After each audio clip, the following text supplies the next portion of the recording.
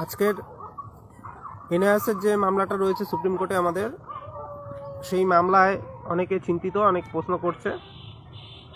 তো সেই বিষয়ে এতদিন আলোচনায় যে জায়গায় আমরা আছি, আলোচনার মাধ্যমে যে জায়গায় পৌঁছেছি, সেই সমস্তটা আজকে আপনাদের জানানো হবে।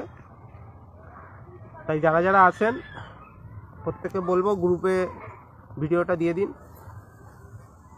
এনআইএসের যে রিভিউ মামলাটা রয়েছে সুপ্রিম কোর্টে, সেটা নিয়ে আজকের আমাদের বক্তব্যটা এখানে জানিয়ে দেওয়া হবে। এখন পর্যন্ত, আজকের দিন পর্যন্ত উকিলদের সাথে আলোচনা করে যে জায়গায় আমরা এসেছি এবং আমাদের যেটা মতামত সেটা আজকে জানিয়ে দেওয়া হবে। একটু শোনা গেলে একটু কমেন্ট করো কেউ।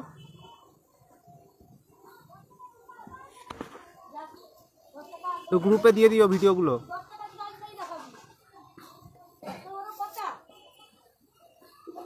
সুপ্রিম কোর্টে যে মামলাটা রয়েছে এনআইএসে, সেটা নিয়ে আমাদের কি বক্তব্য সেটা আজকে জানিয়ে দেওয়া হবে।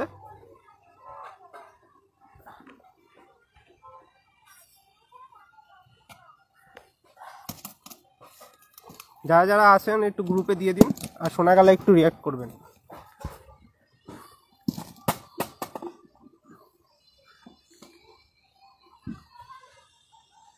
আজকের শুধুমাত্র মামলার বিষয়টা বলছি, পরবর্তীকালে এনআইএসের ডিগ্রিটা কি ছিল সেটা নিয়ে বিস্তারিত পরে বলা হবে। আজকে সংক্ষেপে মামলাটা সম্পর্কে বলে দিচ্ছি। স্লো কানেকশন দেখাচ্ছে আবার। দেখুন, আমরা যারা প্রত্যেকদিন দৌড়াদৌড়ি করছি চারিদিকে, তারা কেউ চাই না যে প্রতিযোগিতা বাড়ুক। এটা প্রত্যেকের স্বাভাবিক বুদ্ধিতে সবাই জানে যে যারা একটা চাকরির জন্য দৌড়াদৌড়ি করছে, দিনরাত পরিশ্রম করছে, তারা কেউ চাইবে না যে তাদের প্রতিযোগিতা বেড়ে যাক। তাই স্বাভাবিক দিক থেকেই যে এনআইএস নিয়ে আমাদের চিন্তা নেই এমন কোনো জায়গা নেই। প্রত্যেকেই চিন্তিত এবং এই নিয়ে এতদিন পর্যন্ত আলোচনা হয়েছে, উকিলদের সাথেও কথা হয়েছে। তো তারা যেগুলো জানালো সেগুলোই আপনাদেরকে আজকে বলবো। দেখুন, এনআইএসের যে মামলাটা হয়েছিল সেটা যখন সুপ্রিম কোর্টে গিয়েছিল, সেই সুপ্রিম কোর্টের মামলায় কিন্তু কোনো রাজ্য ছিল না, শুধুমাত্র উত্তরাখণ্ড রাজ্য ছিল।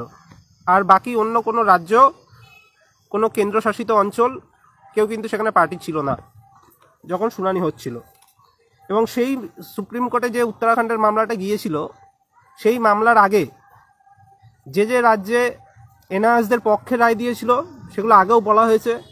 যেরকম বিহার রাজ্য সম্ভবত 21 তারিখ জানুয়ারি মাসের 2020 সাল, তখন এনআইএসদের পক্ষেই, এনআইএসের যারা ডিএলএড ছিল তাদের পক্ষেই রায় দিয়েছিল। এরপরে ত্রিপুরা রাজ্য আপনার সম্ভবত 12-13 তারিখ নাগাদ মার্চ মাসের 2020 সাল, তারাও এনআইএসদের পক্ষেই রায় দেয়। তারপরে উত্তরাখণ্ড রাজ্য 2022 সালে 14ই সেপ্টেম্বর রায় দেয় এবং তারাও এনআইএসের পক্ষে রায় দেয়। এবং তখন সেটা সুপ্রিম কোর্টে যায়। সুপ্রিম কোর্টে যাওয়ার পর সুপ্রিম কোর্ট একটা রিপোর্টেবল জাজমেন্ট দিয়েছে, প্রত্যেকেই এতদিন পেয়ে গেছে জাজমেন্টটা, সেটা পড়লে বিস্তারিত জানতে পারবে। সেখানে সুপ্রিম কোর্ট বারবার একাধিকবার বলেছে যে এই এনআইএসের যে 18 মাসের কোর্সটা, এটা শুধুমাত্র ওয়ান টাইম উইন্ডো হিসাবে খোলা হয়েছিল ইন সার্ভিসদের জন্য, এবং এটা কখনোই পরবর্তীকালে 24 মাসের ডিএলএডের, রেগুলার ডিএলএডের সমতুল্য হবে না। এটা সুপ্রিম কোর্ট স্পষ্টভাবে বলে দিয়েছিল। কারণ যদি এনআইএসের ডিএলএডটা 24 মাসের রেগুলার ডিএলএডের সমানই হতো, তাহলে এনআইএস যখন তখন নতুনভাবে এই কোর্স শুধু বর্তমানেও চালু করে রাখতে পারত, কিন্তু সেটা হবে না।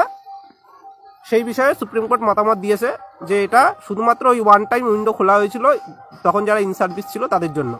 এবার এই এনআইএসের ডিগ্রিটা কিভাবে আসলো, কেনই বা দরকার হলো, এগুলো নিয়ে একটু যারা জানেন, তো অনেকেই জানবেন যারা জাজমেন্টগুলো পড়েছেন বা আগের বিষয়গুলো জানেন।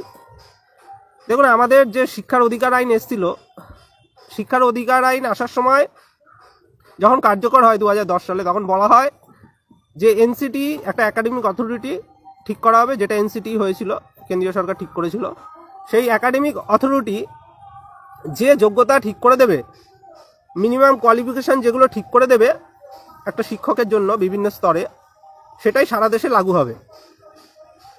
এবং এই ক্ষেত্রে আরও একটা জিনিস বলা হয় যে 5 বছরের মধ্যে যাদের যাদের এই যোগ্যতা থাকবে না তারা সেই যোগ্যতা অর্জন করে নেবে, নইলে চাকরি থাকবে না।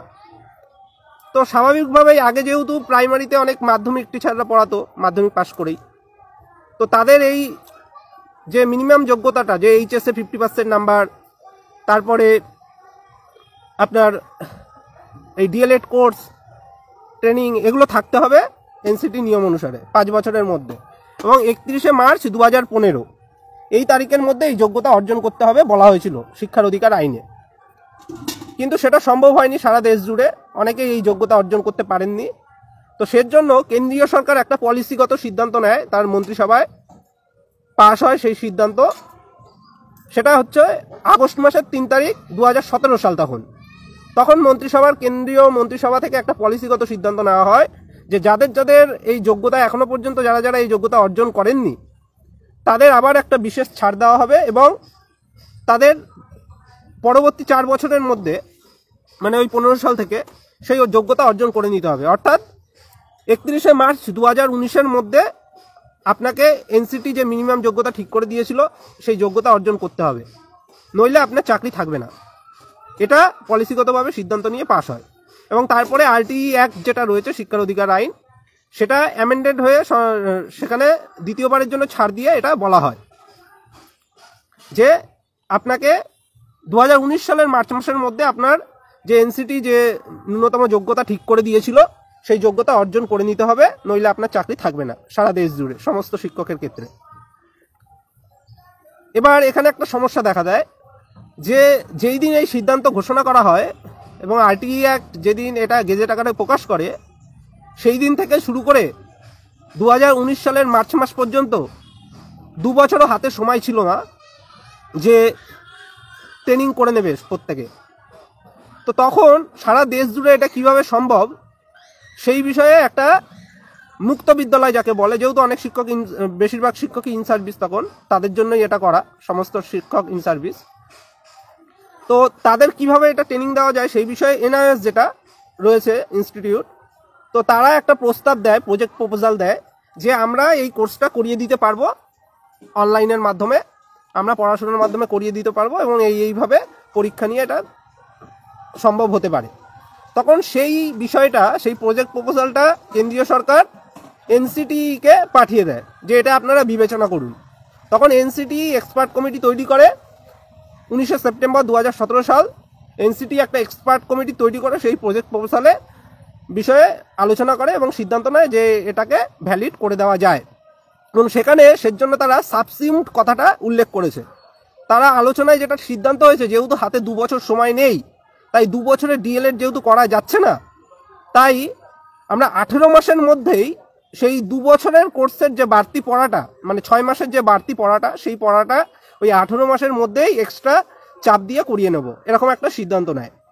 এবং সেজন্য তারা সেখানে সাবসিউট কথাটা উল্লেখ করে দেয় যে ওই 6 মাসটা 18 মাসের সাথে যে 6 মাস রয়েছে এক্সট্রা ঘাটতি, সেই 6 মাসের পড়া তারা বলেছে ওই 18 মাসের মধ্যেই এক্সট্রা চাপ দিয়ে করিয়ে নেবে। তো সেই মতো তাদের একটা আপনার পড়াশোনা শুরু হয় অনলাইনে। সেই সময় একটা পোর্টাল খুলে দেওয়া হয়েছিল, সোয়াম পোর্টাল। সেই পোর্টালে যে কেউ গিয়ে লগ ইন করে পড়াশোনা করতে পারছিল, তাদের অনলাইনে সব ম্যাটেরিয়াল দেওয়া হতো। এবং সেখানে 3/10/2017 থেকে 31/3/2019-এর মধ্যে তাদের এই 2 বছরের পড়াশোনার সমস্ত বিষয়গুলো ধাপে ধাপে দিয়ে দেওয়া হয়েছিল। পরীক্ষা তাদের অনেক পরীক্ষাগুলো শেষ হয়নি, কিন্তু 2019-এর 31শে মার্চের মধ্যে সবাই সার্টিফিকেট কিন্তু পায়নি।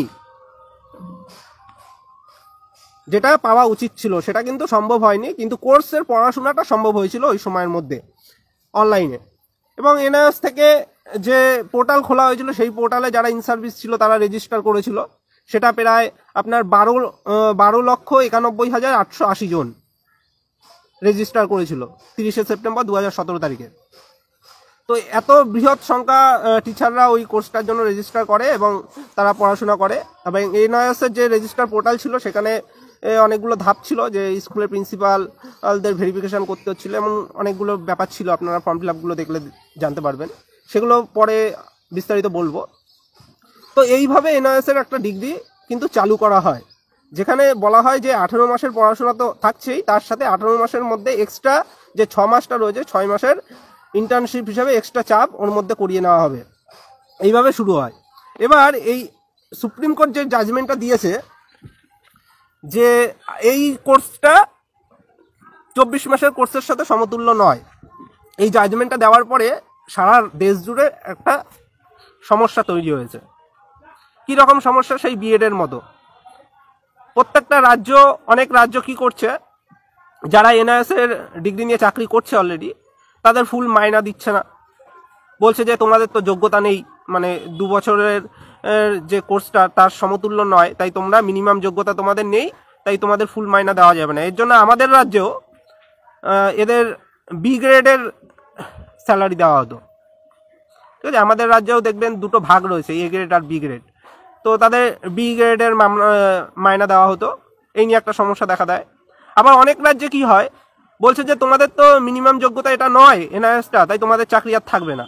এভাবে বাদ দেওয়ার প্রসেসগুলো শুরু হয়। এই জটিলতাগুলোর কারণে বিভিন্ন রাজ্য থেকে পরবর্তীকালে সুপ্রিম কোর্টে এই একটা মিসলেনিয়াস অ্যাপ্লিকেশন করা হয়, এবং সেখানে একটাই রিভিউ পিটিশন করা হয়।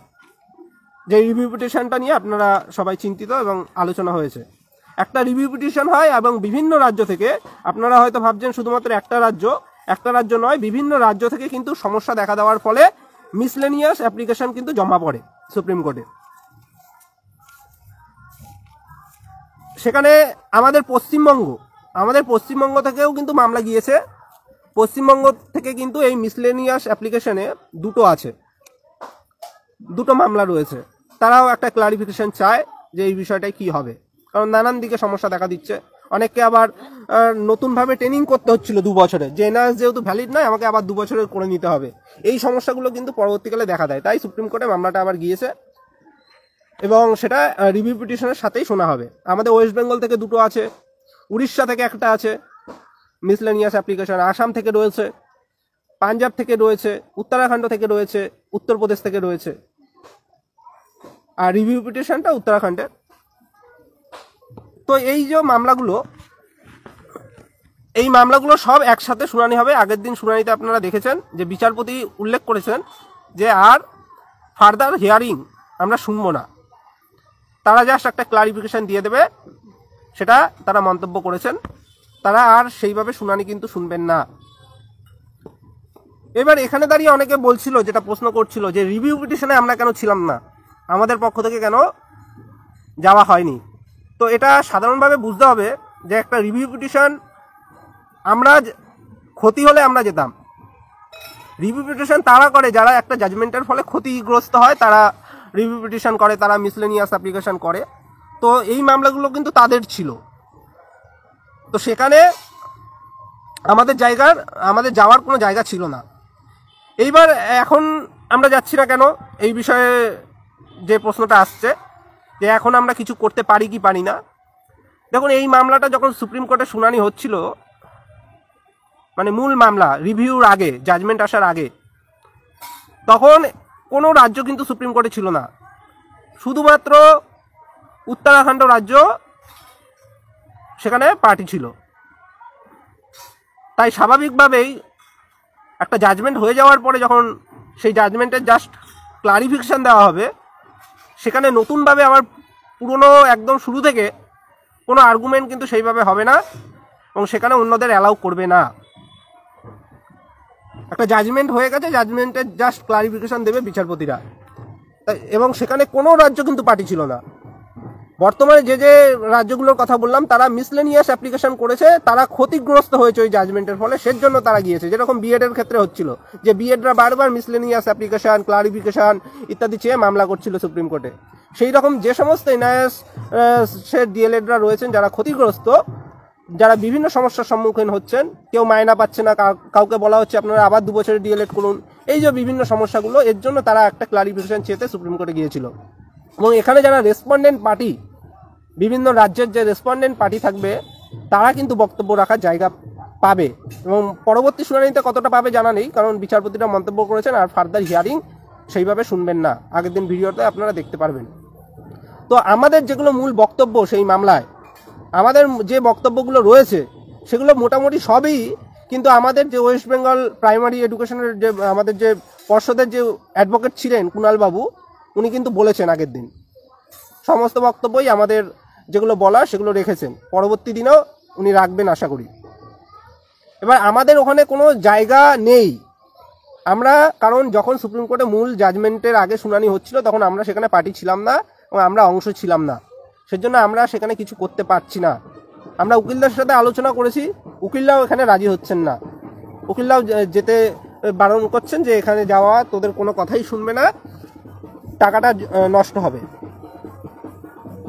তো যেখানে আমার বলার কোনো জায়গা নেই সেখানে আমাদের কিছু করার থাকছে না। যেরকম 2009-এর ক্ষেত্রে আমরা দেখেছি, 2009-এর মামলার ক্ষেত্রেও আমরা অনেক জায়গায় ঘুরেছি, কিন্তু আমাদের অ্যাডভোকেটরা কোনো এই মামলা নিতেই চাননি। তারা বলেছেন তোমরা 2009-এর সাথে তোমাদের কোনো সম্পর্ক নেই, কারণ তোমরা সেই সময় কোনো অংশই ছিলে না। তো সেই রকমভাবেই আমাদের হাত পা বাঁধা, ওখানে আমরা কিছু করতে পারছি না। আমাদের যারা রেসপন্ডেন্ট পার্টি ছিল ওইখানে, তাদের মাধ্যমেই আমাদের বক্তব্যগুলো তুলে ধরতে হচ্ছে। একমাত্র উত্তরাখণ্ডের রাজ্যের যে অ্যাডভোকেট রয়েছে তাদের কথা বেশি শুনলেও শুনতে পারে পরের দিন, তাই সেখানে বেকার মানে যারা বলছেন প্রত্যেককে জানি চিন্তায় আছেন, কিন্তু এগুলো হচ্ছে টেকনিক্যাল দিক। কারণ আমরা যারা দৌড়াদৌড়ি করছি আমরাও চাই প্রতিযোগিতা না বাড়ুক। এবার এখানে সুপ্রিম কোর্ট আদৌ কি জাজমেন্ট দেবে, কি ক্লারিফিকেশন দেবে সেটা দেখা যাক পরবর্তীকালে। সুপ্রিম কোর্ট যদি বলে যে শুধুমাত্র ইন সার্ভিসদের ক্ষেত্রে এটা আমরা অ্যালাউ করছি যাতে কারোর সমস্যা না হয়, কারোর মাইনার ক্ষেত্রে বা কারোর চাকরি চলে যাক বা কারোর আবার নতুন করে ট্রেনিং করতে হোক, এই সমস্ত যাতে সমস্যা না হয় সেজন্য শুধুমাত্র ইন সার্ভিসদের জন্য ভ্যালিড করে দিচ্ছি, তাহলে হয়তো আমাদের সমস্যা হবে না। কিন্তু সুপ্রিম কোর্ট যদি এদের আবার ফ্রেশ রিক্রুটমেন্টের জন্য ঢোকার জায়গা করে দেয়, তাহলে কিন্তু সুপ্রিম কোর্টের নিজের যে জাজমেন্ট সেই জাজমেন্ট কিন্তু পুরোটাই পাল্টে যাবে। এখন দেখা যাক সুপ্রিম কোর্ট কি করে, সেই জাজমেন্টটা পুরোপুরি পাল্টে যায় নাকি শুধুমাত্র প্রথমে যেটা বললাম সেটা হয়। প্রথমে যেটা বললাম সেটা যদি হয় তাহলে আমাদের খুব একটা ক্ষতি হবে না, কিন্তু যদি ফ্রেশ রিক্রুটমেন্টে ঢোকার জায়গা করে দেয় তাহলে অবশ্যই প্রতিযোগিতা বাড়ার একটা সম্ভাবনা আছে। এবার এখানে বুঝতে হবে, এখানে কোনো বিহার, কোনো যারা যারা গিয়েছে আসাম, পাঞ্জাব, উড়িষ্যা, এরা কিন্তু মূল আর্গুমেন্টের সময় ছিল না সুপ্রিম কোর্টে যখন হচ্ছিল, তাই এদের সেইভাবে জায়গা নেই। আর তার থেকেও বড় কথা, একটা কোর্স ভ্যালিড না ইনভ্যালিড সেটা কখনো কোর্ট ঠিক করে না, সেটা সুপ্রিম কোর্টও নিজে ক্লিয়ার করে বলে দিয়েছে। এই যে 18 মাসের কোর্স এবং তার মধ্যেই 6 মাসের এক্সট্রা পড়াশোনা, যেটা বাধ্য হয়ে করতে হয়েছিল কারণ সময়সীমা ছিল না 2 বছর হাতে, তো সেটাকে যদি ইনভ্যালিড পুরোপুরি ঘোষণা করা হয় তাহলে তাদের প্রত্যেকের, এই যে 13 লাখ শিক্ষক রয়েছে, প্রত্যেকের চাকরি চলে যাওয়ার কথা আইন মতে, কারণ তাদের 2019 সালের মধ্যে এই যোগ্যতা অর্জন করার কথা ছিল। তাই সুপ্রিম কোর্ট জানি না কি করবে, তবে সুপ্রিম কোর্ট এটা ক্লিয়ার বলে দিয়েছে যে একটা কোর্স ভ্যালিড না ইনভ্যালিড এগুলো কখনোই কিন্তু এডুকেশনাল ব্যাপারে কোর্ট মতামত ইন্টারফিয়ার করতে পারে না। যেরকম আপনার প্রশ্নভুল মামলাগুলোতে দেখছেন, একটা প্রশ্ন ভুল না ঠিক এটা কিন্তু কোর্ট কখনো বলবে না। কোর্ট কি করবে, একটা এক্সপার্ট কমিটি তৈরি করে দিতে পারে, এক্সপার্ট কমিটি বলতে পারে।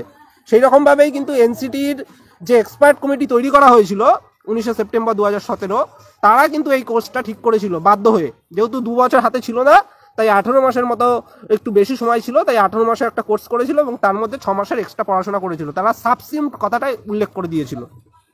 তাই এনসিটির এক্সপার্ট কমিটি এটাকে ওয়ান টাইমের জন্য, একবারের জন্য শুধুমাত্র ইন সার্ভিসদের ছাড় দিয়েছিল। তাই সুপ্রিম কোর্ট এটা বিষয়ে কি মন্তব্য দেবে সেদিকে প্রত্যেকেই তাকিয়ে রয়েছে। আর বিএডের যে বিষয়টা, দেখুন বিএডের বিষয়টা সম্পূর্ণ আলাদা ছিল। বিএডটা পুরোপুরি বাদ চলে গিয়েছিল, তার বিভিন্ন কারণ ছিল। কারণ বিএডের ক্ষেত্রে যে ওই 6 মাসের কোর্স কোর্স করতে হবে এটা এনসিটি নিজে থেকে জানিয়েছিল, এনসিটি যে এক্সপার্ট কমিটি, যে এরা চাকরি পাওয়ার পরে আবার 6 মাসের কোর্স করতে হবে। কিন্তু এনআরএস এর ক্ষেত্রে কিন্তু সেটা বলা নেই, সেটা বলা থাকলে পুরোপুরি বাদ চলে যেত 100%, কিন্তু বিএডের ক্ষেত্রে সেটা বলা ছিল। তো সেই ক্ষেত্রে যেটা সমস্যা হয়েছিল, বিএডের ক্ষেত্রে বিচারপতিরা বলেছেন যে এদের যেহেতু চাকরি পাওয়ার পর এরা 6 মাসের আবার কোর্স করছে, তার মানে এরা যখন চাকরিতে ঢুকছে তখন এদের যোগ্যতা পুরোপুরি নেই। এই একটা ভ্যালিড পয়েন্টে কিন্তু এরা পুরোপুরি বাদ চলে গিয়েছিল। তাও অনেকে সেই সময় যখন ক্লারিফিকেশন মামলা হয়েছিল বিএডের, তখন অনেকে বলেছিল যারা যারা বর্তমানে বিএডরা চাকরি করছে তাদের প্রত্যেকের চাকরি চলে যাবে। অনেক টিচারের চলে যাবে যারা বিএড নিয়ে প্রাইমারিতে চাকরি করছে, এইটাও অনেকে সেই সময় বলেছিল। কিন্তু আমরা আমাদের তরফ থেকে মানে যেটা বাস্তব হতে চলেছে সেই বিষয়ে কিন্তু বার্তা দিয়েছিলাম যে এটা অত সহজে হবে না, বিএড ইন সার্ভিসরা সহজে বাদ যাবে না। কারণ সুপ্রিম কোর্ট একটা মানবিক দিক থেকে অবশ্যই দেখবে, যখন কয়েক লক্ষ টিচারের সেখানে ব্যাপার জড়িয়ে হয়েছে। আমরা পরিষ্কারভাবে বলেছিলাম এটা শুধুমাত্র ইন সার্ভিসদের জন্য হোক, যাতে অন্যরা সুযোগ না পায়, সেই জন্য আমরা বিএড এর মামলায় গিয়েছিলাম। এবার এখানে একটা অনেকে প্রশ্ন করতে পারে যে বিএড এর মামলাও তো আপনারা পার্টি ছিলেন না, তাহলে আপনারা সুপ্রিম কোর্টে গেলেন কিভাবে? বিএড এর মামলায় আমরা গিয়েছিলাম, কিন্তু 2014-17 তরফ থেকে আমাদের রাজ্য থেকে যে অ্যাডভোকেট প্যানেল ছিল তারা সেই মামলায় ছিল, সেজন্য আমরা কিন্তু সেখানে ঢুকতে পেরেছিলাম সেই অ্যাডভোকেট দিয়ে, এবং সেই অ্যাডভোকেটের নাম দেখবেন আমাদের জাজমেন্টগুলোতে লেখা রয়েছে ক্লারিফিকেশন মামলায়। তো সেই থ্রু দিয়ে কিন্তু আমরা ঢুকেছিলাম। যখন একটা বিষয়ে সুপ্রিম কোর্টে আলোচনা হচ্ছে, শুনানি হচ্ছে, তখন যদি আপনি না থাকেন, পরবর্তীকালে সেই বিষয়ে জাজমেন্ট হয়ে গেল এবং সেই বিষয়ে জাস্ট ক্লারিফিকেশন হবে, তখন নতুন করে আবার গিয়ে কিন্তু শুনবে না বিচারপতিরা বলবে তাহলে আপনার যখন এতই সমস্যা এই কোর্সটা নিয়ে, এই যে এনআইএস এর যে কোর্সটা নিয়ে এতই সমস্যা যদি আপনার থেকে থাকে, তাহলে আপনি আগে যখন মূল শুনানি হচ্ছিল তখন আসেননি কেন? এটা স্বাভাবিকভাবেই কিন্তু প্রত্যেককে এই প্রশ্নের মুখে পড়তে হবে। যখন সুপ্রিম কোর্টের জাজমেন্টের আগে শুনানি চলছিল যে এই কোর্সটা ভ্যালিড না ইনভ্যালিড, তখন তাহলে যাওয়া উচিত ছিল প্রত্যেকের এই বিষয়ে। তো তখন যেহেতু আমরাও যেতে পারিনি, আমরাও যাইনি, একটা জাজমেন্ট হয়ে গেছে, জাজমেন্টের জাস্ট ক্লারিফিকেশন দেওয়া হবে, সেখানে কিন্তু নতুন করে কিছু শুনবে না। সেখানে না হলে আমরা যে অ্যাডভোকেটদের সাথে কথা বলেছি তাদের কিছু উপার্জন হতো অবশ্যই, তারা মামলাটা নিলে। তারাও কিন্তু আমাদের সাজেশন দিচ্ছেন যে এখানে যাওয়া মানে টাকা নষ্ট হবে, তোদের কোনো কথা শুনবে না। তো সেই দিক থেকে আমরা আমাদের স্ট্যান্ড এইটুখানি জানালাম, যেটা উকিলের মারফতে জানা গেছে। এমন নয় যে আগেই থেকেই সবাইকে বলে আর্থিক সাহায্য শুরু করে দিলাম, তারপরে যা হবে দেখা যাবে, সেরকম বিষয়টা নয়। এতদিন ধরে আলোচনা চলছিল এবং উকিলদের সাথে আলোচনা করেই ফাইনাল সিদ্ধান্ত জানানো হলো, এবং পরবর্তীকালে আমরা তাও আলোচনা চালিয়ে যাচ্ছি। প্রত্যেকে একটু ওয়েট করতে হবে, এমনও না যে বিচারপতিরা একটা মন্তব্য করলে সেটাই যে সবসময় জাজমেন্টে আসে, সেটাও নয়। তাই দেখা যাক এনআরএসটা নিয়ে কি হয়। আর আইএ ফাইল যেগুলো বলছেন, এসএলপি মিসলেনিয়াস অ্যাপ্লিকেশন আমাদের রাজ্য থেকে হয়েছে দুটো, এনআরএসের রিভিউ মামলায় আছে। তো সেখানে দাঁড়িয়ে আমি অন্য রাজ্যের ইসেতে কেন যাব? এবং সেই আইএ কোনো অ্যালাউ হয়নি, আর আইএ ওইভাবে অ্যালাউ হয় না। ওই একটা নাম্বার, অনেক আইএ ফাইল আছে, প্রত্যেকটা মিসলেনিয়াস অ্যাপ্লিকেশনে আইএ ফাইল হয়েছে। আমি যদি বলে দিই যে এই আইএ ফাইলটা আমার, আপনি খুঁজে পাবেন না যে ওটা আদৌ আমার কি অন্যের। আইএ ফাইলে শুধুমাত্র নাম্বার দেখা যায়, এবং যারা মামলা করে তাদের কাছে ডকুমেন্টস থাকে যে তারা প্রপারভাবে রয়েছে কিনা আদৌ ওই মামলায়। তো যেখানে যারা কোনো পার্টি ছিল না, আবারও পরিষ্কারভাবে বলছি, সুপ্রিম কোর্টে যখন এনআরএস নিয়ে শুনানি চলছিল, শুধুমাত্র উত্তরাখণ্ড রাজ্য, মানে রাজ্যের যারা অ্যাডভোকেট তারা মূল ওখানে আর্গুমেন্ট করেছিল, এবং পিটিশনার ছিল 2 বছর ডিএলএড এর তরফ থেকে। এই শুধুমাত্র উত্তরাখণ্ডরাই ছিল, কোনো রাজ্য ছিল না সেই সময়। তাই অন্য রাজ্যের বক্তব্য সেইভাবে নতুন করে আর শুনবে না, কারণ তারা যখন বলতে যাবে তখন সুপ্রিম কোর্ট মন্তব্য অবশ্যই করবে যে আপনারা তাহলে আপনাদের এত সমস্যা যখন আগে আসেননি কেন। তো একটা জাজমেন্ট হয়ে গেছে, জাজমেন্টে শুধু রিভিউ বাকি, এটা প্রত্যেককে বুঝতে হবে। আর সব থেকে বড় কথা, আপনারা শিক্ষক হতে যাচ্ছেন, প্রত্যেকেই জানেন যে যারা এত দৌড়াদৌড়ি করছে একটা চাকরির জন্যই করছে, তারা কেউই চাইবে না যে প্রতিযোগিতা বাড়ুক। আমাদের জায়গা থাকলে অবশ্যই আমরা সেখানে লড়াইয়ে ঝাঁপিয়ে পড়ব। 2009 বিষয়ে কিছু করা যায়নি, কিন্তু 2009 আলোচনার মাধ্যমে, বারবার বিভিন্ন দপ্তরে আলোচনার মাধ্যমে এখনো পর্যন্ত কিন্তু বেশ কয়েকটা জেলা নিয়োগ হয়নি, উত্তর 24 পরগনা থেকে শুরু করে দক্ষিণ 24 পরগনা এবং মালদা। তারা কিন্তু আবার চ্যালেঞ্জ করেছে। মালদার ক্ষেত্রে রিভিউ পিটিশনও করেছিল, তাও খারিজ হয়ে গেছে, আটকাতে পারেনি। কারণ এখানে যেটা মূল সমস্যা হয়েছে 2009 ক্ষেত্রে, এটা এর আগের দিন বিস্তারিত বলা হয়েছিল, আগের দিনের ভিডিওতে দেখে নেবেন, যেটা ওই বিকাশ ভবনের ওখান থেকে করা হয়েছিল, এখন আর বলছি না ডিটেলসে। তো 2009 ক্ষেত্রে যেটা মূল সমস্যা হয়েছে, সেখানে যখন শুনানি হচ্ছিল তখন কনসেন্ট তারা দিয়ে দিয়েছিল, সম্মতি দিয়ে দিয়েছিল যে কোর্ট বললে আমরা নিয়োগ করে দেবো। সেজন্য পরবর্তীকালে এখন আমরা গিয়ে যখন বলছি যে এটা ঠিক হচ্ছে না, তখন তারা যখন আবার চ্যালেঞ্জ করছে বা রিভিউ করছে, তারা সুরাহা পাচ্ছে না কোর্ট থেকে, বলছে তোমরা আগে তাহলে কেন সম্মতি দিলে। এর জন্য মালদার ক্ষেত্রেও রিভিউ পিটিশন খারিজ করে দিয়েছে কোর্ট। এখন ডিপিএসসিগুলো খারিজ হয়ে যাচ্ছে। এখন আমাদের রাজ্য থেকে একটা মামলা অ্যাপিল করে রেখে দিয়েছে হাইকোর্টে, এবং অ্যাপিলটা গ্রহণ হয়েছে, এবং সেটাই যদি স্টে পড়ে তাহলে আমাদের ভালো হবে। দেখা যাক সেটা কি হয়। 2009-এর ক্ষেত্রে জায়গাটা রয়েছে। আর সামনে অন্যান্য অনেক মামলা আমাদের রয়েছে, সেগুলো তো লড়াই চালাতে হবে। এটাই ছিল এনআইএসের বিষয়। আর এনআইএসের কোর্সটা কতটা কি ভ্যালিড না ইনভ্যালিড, কতটা কিভাবে হয়েছে, এগুলো বিস্তারিত অন্য একদিন বলবো। জাজমেন্টটা আসুক 10 তারিখে, আশা করি ক্লারিফিকেশন হবে। এবং বিচারপতি আগের দিন মন্তব্য করেছে ফার্দার হিয়ারিং সেইভাবে আর শুনবেন না। তাও দেখা যাক, কিছু তো অবশ্যই শুনবেন। উত্তরাখণ্ডের যারা অ্যাডভোকেটরা থাকবেন, মানে রাজ্যের তরফ থেকে, তাদের কথা অবশ্যই শুনবেন। তো অনেকে এটাও বলছিল যে আপনারা উত্তরাখণ্ডের অ্যাডভোকেটদের সাথে একটু খোঁজ দিন সুপ্রিম কোর্টে গিয়ে, এটাও অনেকে বলছিল চিন্তা থেকে। তো সেগুলো চেষ্টা করা হচ্ছে। এবার তাদের সাথে খোঁজ নিয়েই বা কী হবে, তারা তো এমনি সেখানে তাদের বক্তব্য রাখতে হবে রেসপন্ডেন্ট পার্টি হিসেবে। আমাদের রাজ্য থেকে যেমন অ্যাডভোকেটরা বক্তব্য রাখবে পর্ষদের তরফ থেকে, এবং আমাদের যেগুলো মূল বক্তব্য সেগুলো সবটাই আগের দিনও বলেছিলেন কুণালবাবু, আবার পরের দিনও শুনানিতে আশা করি বলবে। এইটুখানি আজকে। আরও কোনো বিষয়ে বুঝতে অসুবিধা হলে একটু ভয়েস করবেন হোয়াটসঅ্যাপে, সবসময় ফোন দেওয়া সম্ভব হয় না, এটাই বলুন। নমস্কার। Slow connection.